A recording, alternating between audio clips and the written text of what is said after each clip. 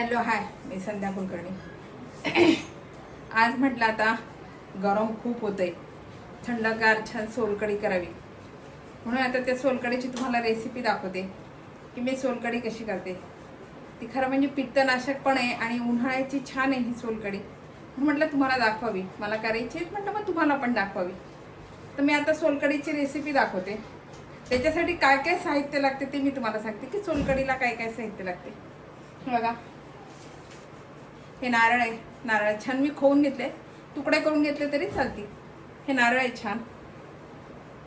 आणि हे कोकम आहे. हे कोकम ना मी हे कोकम मी छान भिजत घातलं होतं. एक अर्धा तास झाला असेल कदाचित ती भिजत घालून. अर्धा एक तास झालं भिजत घालून. हे कोकम आहे. आणि हे हिरवी मिरची, लसण आणि आलं एवढंच आहे याच्यामध्ये. आणि हे जिरे, हे मीठ आहे आणि साखर, चवीला थोडी साखर, एवढंच याला साहित्य लागते. आता हे कसं करायचं तुम्हाला सांगते मी. हे बघा, आता हे आहे ना, मी हे नारळ घेतलं छान खोवलेलं.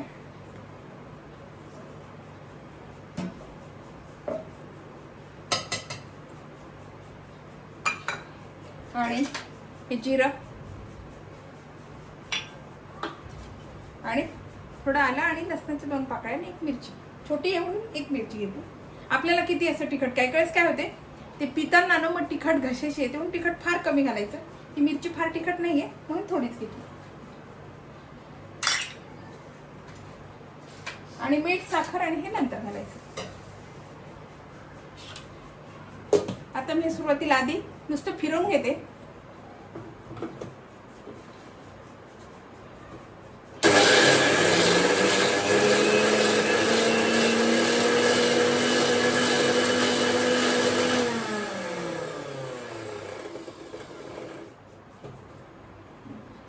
आणि आता याच्यामध्ये ना थंडगार छान पाणी घालते.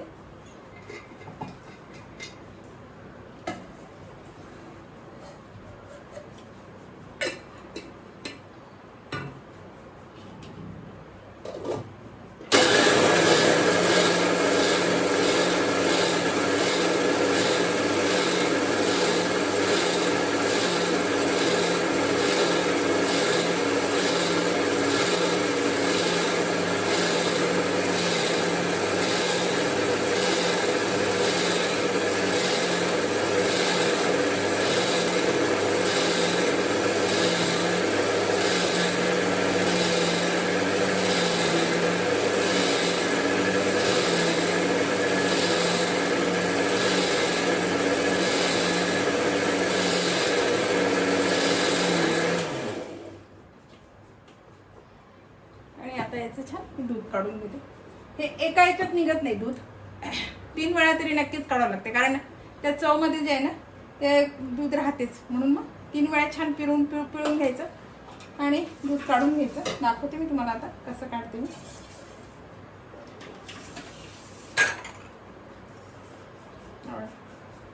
मी आता हे नारळ घालते याच्यामध्ये. आणि हे फडक्यानंच गाळायचं खरं म्हणजे, नाही तर काय होतं माहिती का, आपण गाळणीनं जर गाळलं ना ते तर तो चव त्याच्यामध्ये पडतोच. म्हणून फडक्याने छान गाळून घ्यायचं.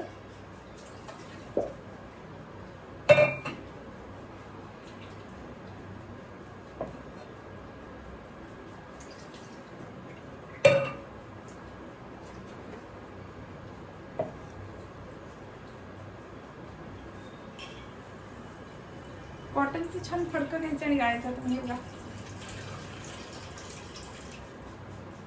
थंड पाणी घातलं ना, थंड गार आहे अगदी.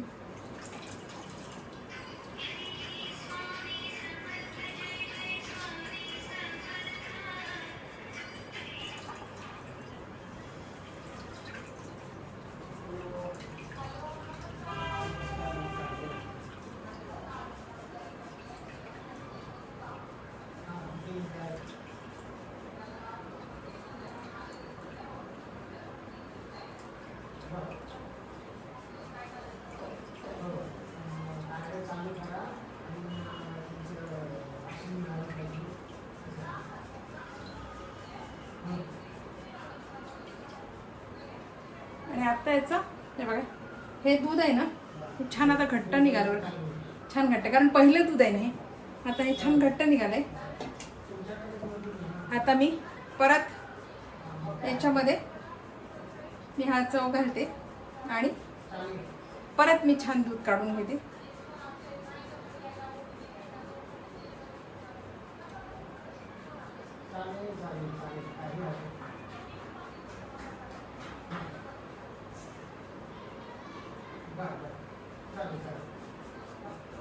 आता याच्यामध्ये मी परत पाणी घालते.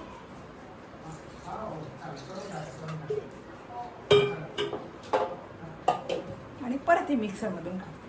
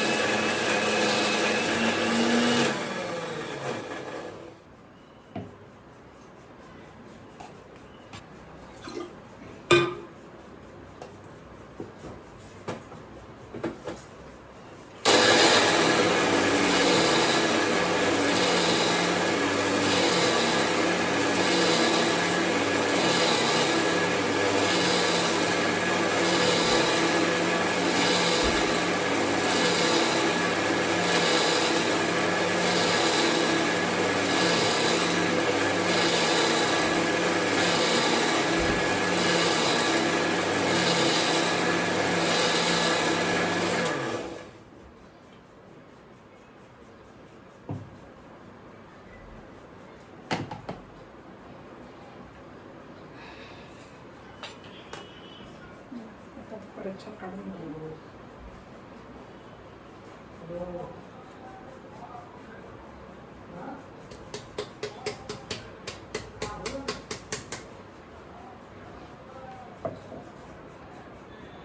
आणि आता बघा हे छान, हा बघा हे दूध छान काढून घेतलं. आता ना याच्यामध्ये मी हे मीठ घालते आणि ही साखर घालते.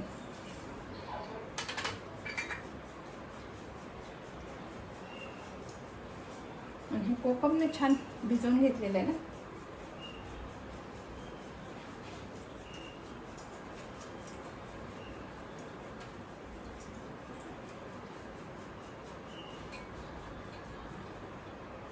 कोकमचं सगळं पाणी याच्यामध्ये घालून दिलं.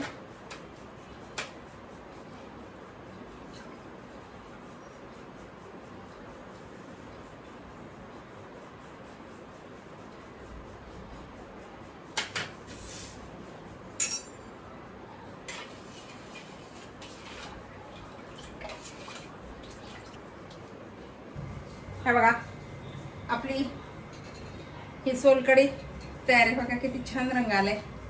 सोलकढी तयार आहे आपली. मी आता ही ग्लास मध्ये ओतते.